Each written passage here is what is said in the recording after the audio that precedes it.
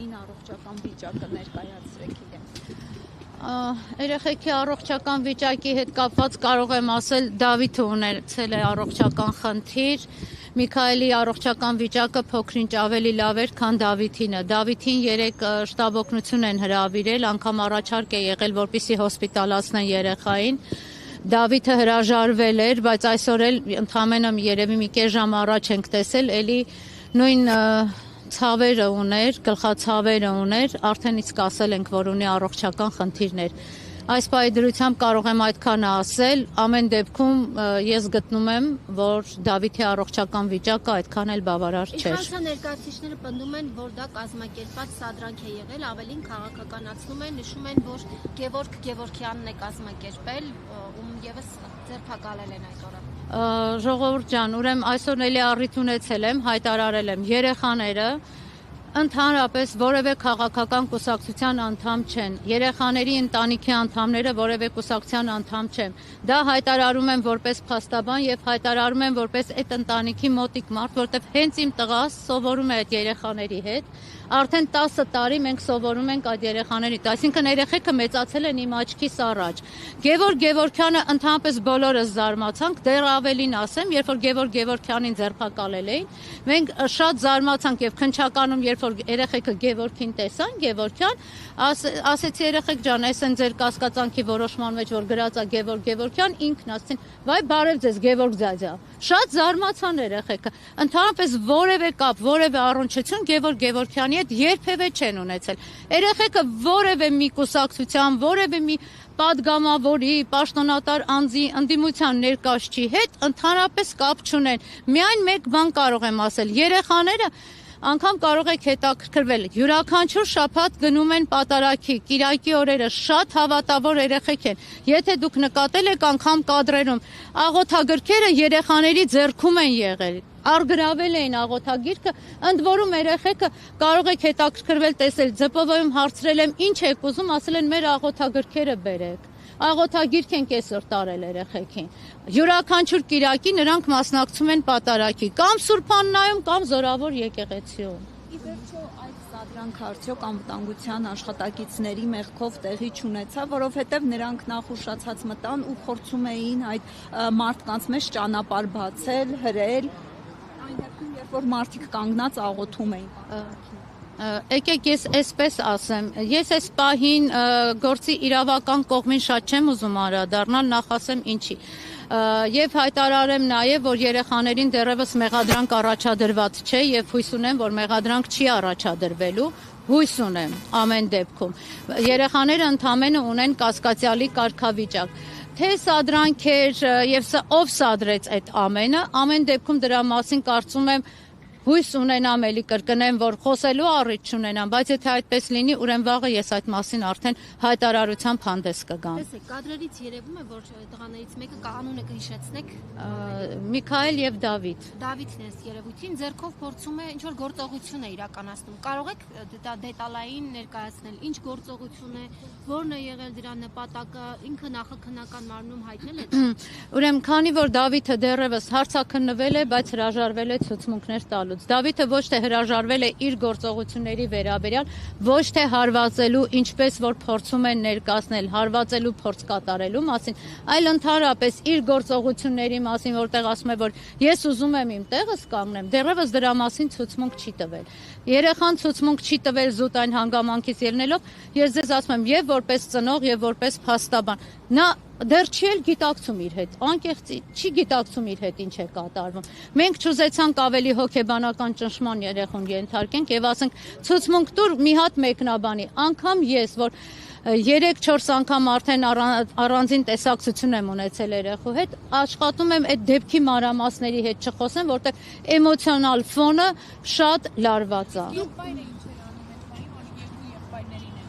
Եղբայրը հետևը կանգնած աղոթում էր, երբ որ տեսավ, որ մյուս եղբայրը ինչ որ լարված էմոցիոնալ վիճակում է, ասում էր Դավիթ հետ արի։ Ընդամենը դա։ Տեսեք, դուք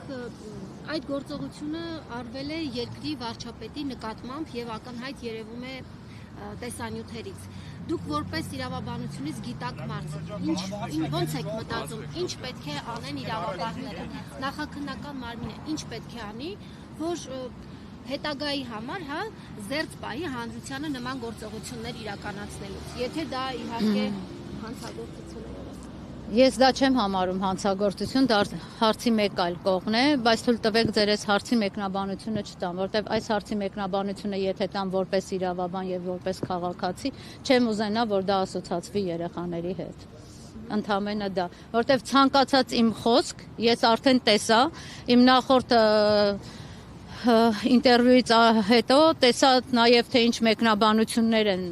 եղել, ինչպես նաև ներկայացնում են, որ անգամ փաստաբանները մանիպուլացնում են ժողովրդին, որ երեխաները դպրոցական են։ Ես չեմ պատկերացնում, որ կարելի է այդ հարցը գոնե ամենապարզունակ 29 դպրոցում, որ այդ ամենապարզունակ հարցը կարելի է մանիպուլացնել։ Դուք պատկերացնում եք, եթե ես հիմա իմ դիրքորոշումը հայտնեմ դրա մասին, ինչ կկատարվի։ Դրա համար ուղղակի ես ձեզ խնդրում եմ, այս պահին ես զերծ մնամ իրավական գնահատականներից եւ դիրքորոշումից որպես փաստաբան, այլ ընդամենը մենք ներկայացնենք, ես ինչի շատ կուզենամ, որպեսզի դուք զրուցեք, իմ հետևում հիմա կանգնած են մեր երեխեքի, մեր դպրոցի ծնողները, ովքեր երեկվանից ինչ տեսել են այս ամենը, ընդհանրապես 1 րոպե երևի դադար մեզ չեն տվել։ Իրենք երեկվանից են այստեղ եղել, այսօր էլ երբ որ իմացան, որ ես արդեն հարցազրույց եմ տվել, իրենք են խնդրել, որպեսզի իրենք նույնպես իրենց կարծիքը հայտնեն։ Երեխաներին այսօր հասարակության մի զանգված փորձեց ներկայացնել որպես չգիտեմ, էլ հանցագործներ, էլ ներողություն եմ ընտանիքից խնդրում, էլ անդաստիրակներ, այդ երեխեքը բացարձակ երեխեքն են, դրանք 2 դպրոցի դեմքերն են եղել, ու մենք, ես այստեղ ասում եմ ձեզ, որպես ծնող, ես չեմ տեսել մի երեխա, համենայն դեպս իմ շրջապատում չկա, որ 12 հատ պատվոգիր ունենա, պետական քննությունները միայն 20-ով հանձնի, բացարձակ տիրապետեն 2 օտար լեզվի, ամենաբարձր մակարդակներով։ Նշեցիք, որ առողջական խնդիրներ ունեն, այսինքն կալանքը անհամատեղելի է լինելու իրենց խնդիրները։ Ըստ իմ գնահատման, այո։ Ես հիմա մասնագետ չեմ, բայց ամենայն դեպս այն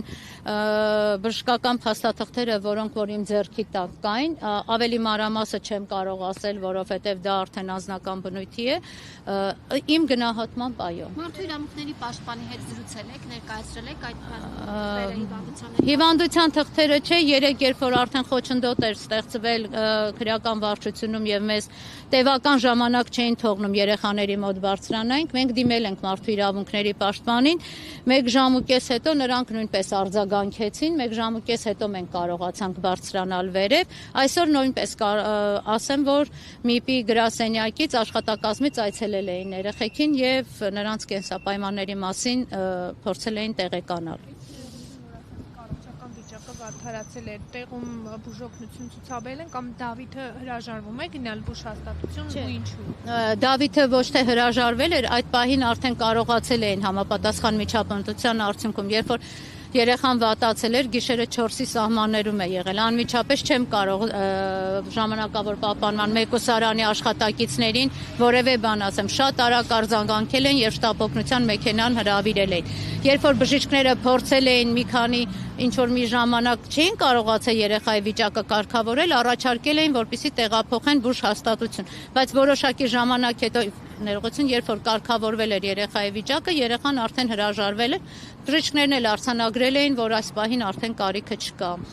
Այսօր նաև կներեք, այսօր նաև դատաբժշկական փորձակնության են տարել Դավիթին, եզրակացությունը կա արդեն։ Ոչ, դեռևս եզրակացությունը չկա, երեխային տարել էին այդ հարվածը, որ ստացել են, դուք նաև տեսել եք կադրերով, այդ հարվածի հետ կապված դատաբժշկական փորձակնության են ենթարկել, պատասխանը դեռևս չենք ստացել, բայց կարող եմ ասել, որ տեսանելի հետքեր չկային։ Իսկ հարվածի հետ կապված գիտեք որոշակի մանրամասներ, ինչպես է եղել, ով է հարվածը։ Միայն այնքանը, ինչքան որ տեսանյութերով երևում է։ Ընդ որում ասեմ, որ Դավիթի ընկերներից էլ են այստեղ, նրանք էլ կուզենան ասեն, իսկ ծնողներ ունենք, ովքեր որ դրսում են անգամ հեռուստակապով են ուզում, չգիտեմ ոնց է, այդպես են ուզում իրենց կարծիքը հայտնեն, երեխեքն էլ, չգիտեմ, շատ են։ Եթե այդ բոլոր ծնողները գային, հավատացեք, որ երբ այս փողոցը չէր բավականացնի։